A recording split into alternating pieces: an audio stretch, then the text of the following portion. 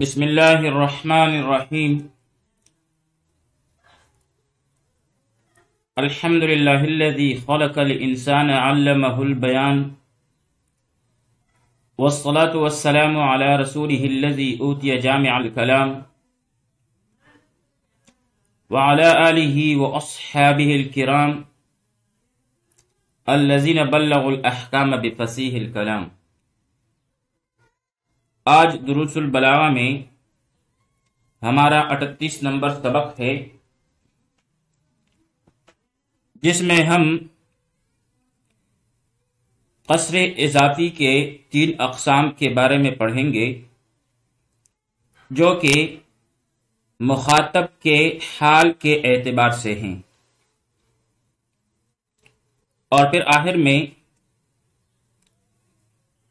قصر کرنے کے طریقوں کے بارے میں پڑھیں گے۔ آئیے عبارت کی طرف بڑھتے ہیں۔ والقصر الاضافی، قصر اضافی جو ہے ینقسم، یہ تقسیم ہوتی ہے باعتبار حال المخاطب، مخاطب کے حال کے اعتبار سے، الی 3 اقسام، 3 قسموں کی طرف۔ قصر افراد، قصر افراد، قصر قلب، قصر قلب، اور قصر تعیین، قصر تعیین۔ تو یہ 3 قسمیں ہوئی قصر اضافی کی، اور یہ مخاطب کے حال کے اعتبار سے ہیں۔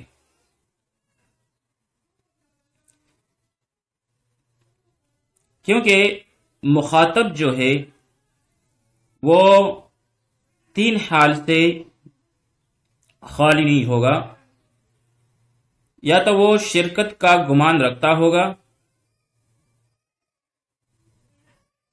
اور یا متکلم کے خلاف خیال رکھتا ہوگا، اور یا متردد ہوگا، شک کرنے والا ہوگا۔ تو اس لحاظ سے یہ 3 قسمیں بنتی ہے۔ پہلی قسم جو ہے قصر افراد، اذا اعتقد المخاطب الشرکۃ۔ قصر افراد یہ ہے کہ مخاطب جو ہے وہ شرکت کا گمان رکھتا ہو، اور متکلم کلام کو ایک پر منحصر کر دے۔ مثال کے طور پر، ما قائم الا زید، صرف زید ہی کھڑا ہے۔ ما قائم نہیں ہے کھڑا، الا زید مگر زید ہے، یعنی زید ہی کھڑا ہے، بامحاور ترجمہ ہے زید ہی کھڑا ہے۔ تو اب مخاطب جو ہے وہ یہ گمان رکھتا ہے اور یہ اعتقاد رکھتا ہے کہ زید اور عمر دونوں کھڑے ہیں۔ تو یہ جملہ کہہ کر متکلم نے زید پر کھڑے ہونے کا قصر کر کے شرکت کا گمان ختم کر دیا، کیونکہ مخاطب کے اعتقاد میں زید اور عمر دونوں کھڑے تھے۔ تو جب متکلم نے کہا ما قائم الا زید، تو مخاطب کا وہ اعتقاد جو ہے عمر سے متعلق کھڑے ہونے کا وہ ختم ہو گیا، اور یہ صفت جو ہے قیام کا وہ زید میں منحصر ہو گیا۔ اسی طرح دوسری قسم جو ہے وہ ہے قصر قلب، اذا اعتقد العکس۔ قصر قلب یہ ہے کہ مخاطب جو سامنے موجود ہے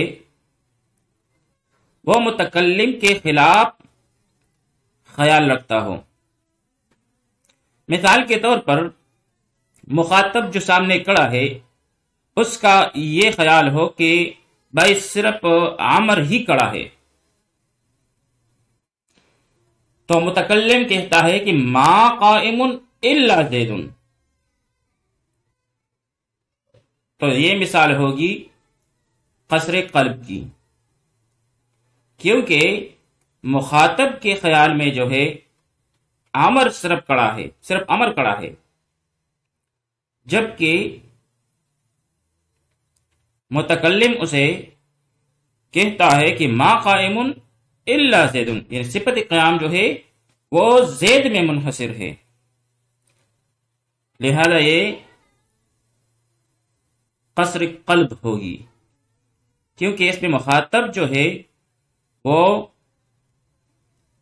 عکس یعنی متکلم کے خلاف جو ہے خیال رکھتا ہے، اور اس کے اس خیال کو ختم کرنے کے لیے متکلم کہتا ہے کہ ما قائم الا زید۔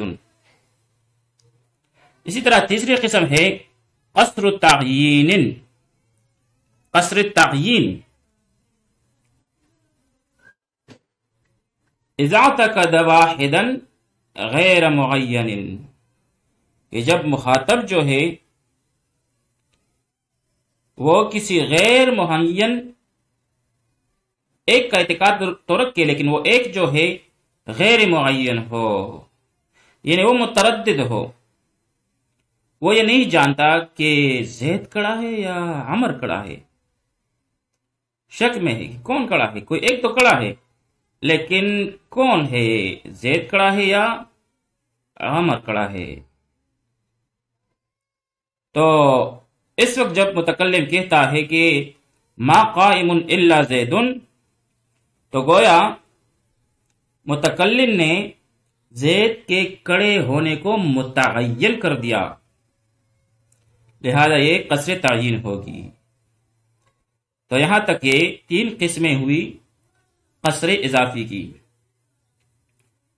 قصر افراد میں مخاطب جو ہے وہ شرکت کا گمان رکھتا ہے، اور اس شرکت کے گمان کو متکلم قصر کے ذریعے ختم کر دیتا ہے۔ قصر قلب میں مخاطب جو ہے وہ عکس کا گمان رکھتا ہے، تو متکلم اس عکس کو ختم کر لیتا ہے، مخاطب کے اس گمان کو۔ اور قصر تعیین میں مخاطب جو ہے وہ متردد ہوتا ہے، تو متکلم اس کو متعین کر دیتا ہے۔ تو یہاں تک یہ تین قسمیں ہوئی قصر اضافی کی۔ پھر ان میں سے ہر ایک قسم میں مزید دو قسمیں بھی بنتی ہے، کیونکہ اس میں قصر جو ہوگی یا تو صفت کا موصوف پر ہوگی اور یا موصوف کی صفت پر۔ اس لحاظ سے یہ کل 6 قسم بنتی ہے۔ آئیے اسے حاکے سے سمجھنے کی کوشش کرتے ہیں۔ قصر اضافی باعتبار حالت مخاطب جو ہے یہ ابتداءً 3 قسمیں ہیں: قصر افراد، قصر قلب، قصر تعیین۔ پھر اس میں جو قصر افراد ہے اس کی مزید 2 قسمیں بنتی ہے: قصر صفت علی الموصوف، یعنی صفت کا موصوف پر قصر کرنا، صفت کو موصوف میں منحصر کرنا، جیسے ما غنی الا بکر، کوئی بھی غنی نہیں ہے سوائے بکر کے، یعنی بکر ہی غنی ہے۔ تو یہاں پر صفت عنا جو ہے اس کا قصر کیا گیا ہے بکر میں۔ اسی طرح قصر موصوف علی الصفہ، جیسے ما محمد الا رسول، تو یہاں پر موصوف جو ہے اس کا قصر کیا گیا ہے صفت پر، یعنی صفت رسالت پر۔ اسی طرح قصر قلب، اس کی بھی 2 قسمیں بنتی ہے: قصر صفت علی الموصوف، جیسے لا فارس الا علی، کہ علی ہی شاہ سوار ہے، تو یہاں پر یہ شاہ سوار علی ہی ہے، تو یہاں پر جو شاہ سواری کی صفت ہے اس کو موصوف یعنی علی پر منحصر کیا گیا ہے۔ اسی طرح قصر موصوف علی الصفت، لا علی الا فارس، نہیں علی بلکہ شاہ سوار ہے، یعنی علی شاہ سوار ہی ہے۔ تو یہاں پر موصوف کی جو ہے قصر کی گئی ہے صفت پر۔ اسی طرح قصر تعین کی بھی دو قسمیں بنتی ہے، قصر صفت علی الموصوف جیسے ما قائم الا زید، اور قصر موصوف علی الصفہ جیسے ما زید الا قائم۔ پہلے مثال میں قیام کی قصر کی گئی ہے موصوف یعنی زید میں، جبکہ دوسری مثال میں زید کی قصر کی گئی ہے صفت قیام میں۔ تو اس لحاظ سے یہ کل 6 قسمیں بنتی ہے۔ آئیے عبارت میں آگے بڑھتے ہیں۔ وَلِلْقَصْرِ طُرُقٌ، اور قصر کے کئی طریقے ہیں۔ تو یہاں سے حضرات مصنفین جو ہے قصر کے طریقوں کے بارے میں بیان فرما رہے ہیں، اور یہاں پر 4 طریقے جو ہیں وہ بیان کیے گئے ہیں۔ منہا النفی والاستثناء، کہ انہی طریقوں میں سے ایک نفی اور استثناء کا طریقہ ہے۔ نحو جیسے ان ھذا الا ملک کریم، کہ نہیں ہے مگر کوئی بزرگ فرشتہ۔ تو یہاں پر ان جو ہے یہ ان نافیہ ہے، اور اس کے بعد الا سے استثناء کیا گیا ہے، اور اس صورت میں مقصور علیہ جو ہے وہ حرف استثناء کے بعد ہے، یعنی ملک کریم۔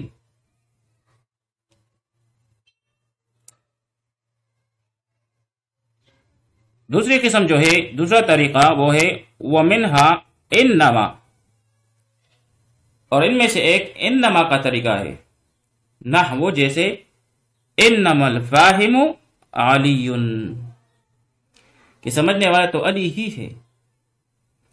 اس طریقے میں مقصور علیہ جو ہے یعنی جس پر قصر کیا گیا ہے علی، وہ وجوباً مؤخر ہوگا، کہ سمجھنے والا تو علی ہی ہے، تو مقصور علیہ جو ہے جس میں قصر کیا گیا ہے وہ علی ہے، وہ وجوباً آخر میں آئے گا۔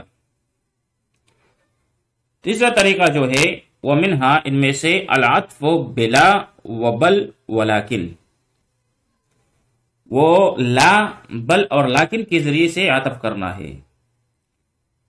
نحو جیسے انا ناصر لا نازم، یہ لا کی مثال ہوئی۔ انا ناصر کہ میں تو نثر نگار ہوں، لا نازم شاعر نہیں ہوں، نظم بنانے والا نہیں ہوں۔ تو یہ مثال ہوئی لا کی۔ یہاں پر جو ہے جو مقصور علیہ ہے وہ لا سے پہلا ہے، پہلے ذکر ہے، یعنی ناصر، کیونکہ ناصر میں قصر ہے کہ میں جو ہوں وہ کیا ہوں، نثر نگار ہوں۔ اسی طرح آگے بل کی مثال ذکر ہے، وما انا حاسب بل کاتب، کہ میں حسابدان نہیں ہوں بلکہ کاتب ہوں۔ یہاں پر کاتب جو ہے یعنی جو بل کے بعد ذکر ہے یہ مقصور علیہ ہے۔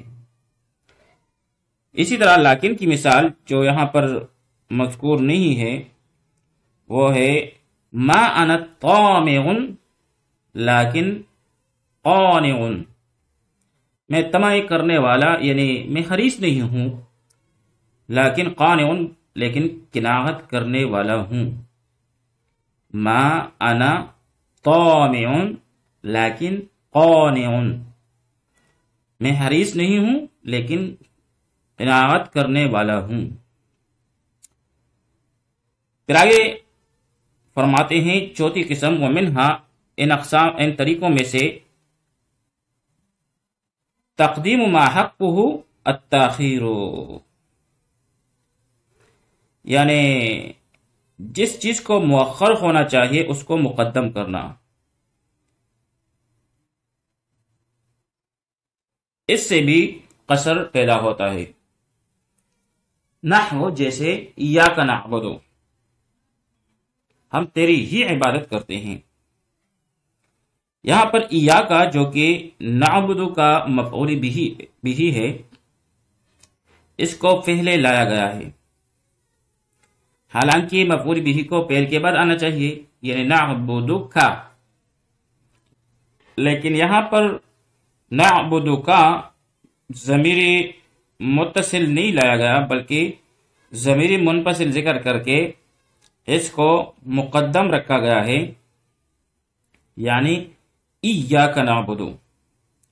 تو اس سے بھی قصر پیدا ہوتا ہے، اور اس صورت میں مقصور علیہ جو ہے وہ مقدم ہوتا ہے، یعنی ایاک۔ تو یہاں تک یہ قصر کے مختلف طریقے ہوئے، نفی اور استثناء کے ذریعے جیسے ان ھذا الا ملک کریم، انما کے ذریعے جیسے انما الفاہم علی، اور عطف کے ذریعے سے یعنی لا بل اور لیکن کے ذریعے۔ پھر لا کی مثال انا ناصر لا نازم، بل کی مثال ما انا حاسب بل کاتب، اور لیکن کی مثال ما انا طامع لیکن قانع۔ اور چوتھی قسم جو ہے تقدیم ما حقہ التاخیر، اس کی مثال ایاک نعبد۔ وصلی اللہ تعالی علی خیر خلقہ محمد وآلہ واصحابہ اجمعین۔